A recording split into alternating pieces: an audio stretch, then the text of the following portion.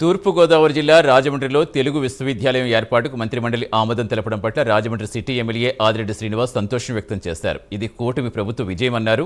తన ప్రతిపాదన మంత్రి లోకేష్ ముందుకు తీసుకెళ్లారని కొనియాడారు.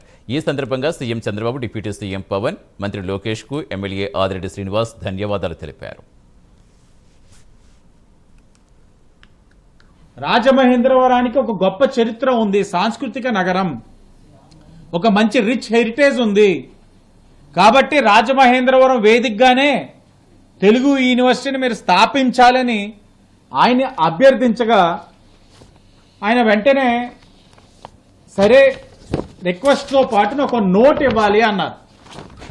ఒక నోట్ ప్రిపేర్ చేసి తీసుకురా తక్షణమే అని చెప్పారు ఆయన లోకేష్ గారు. ఒక నోట్ దాని మీద ఇవ్వడం జరిగింది. పొట్టి శ్రీరాములు తెలుగు విశ్వవిద్యాలయం రాజమహేంద్రవరానికి కేటాయించడం అన్నది రాజమహేంద్రవరం ఒక గొప్పతనంతో పాటు విశిష్టతకు కూటమి ప్రభుత్వం కృషి చేసిన విధానానికి నిదర్శనమని ఈరోజు నేను చాలా గర్వంగా చెప్తా ఉన్నాను. ఈ సందర్భంగా మరొక్కసారి లోకేష్ గారికి ఎన్నిసార్లు ధన్యవాదాలు తెలియచేసినా తక్కువే. మరొక్కసారి ఆయనకి కూటమి తరపున ధన్యవాదాలు తెలియచేసుకుంటూ ధన్యవాదాలు.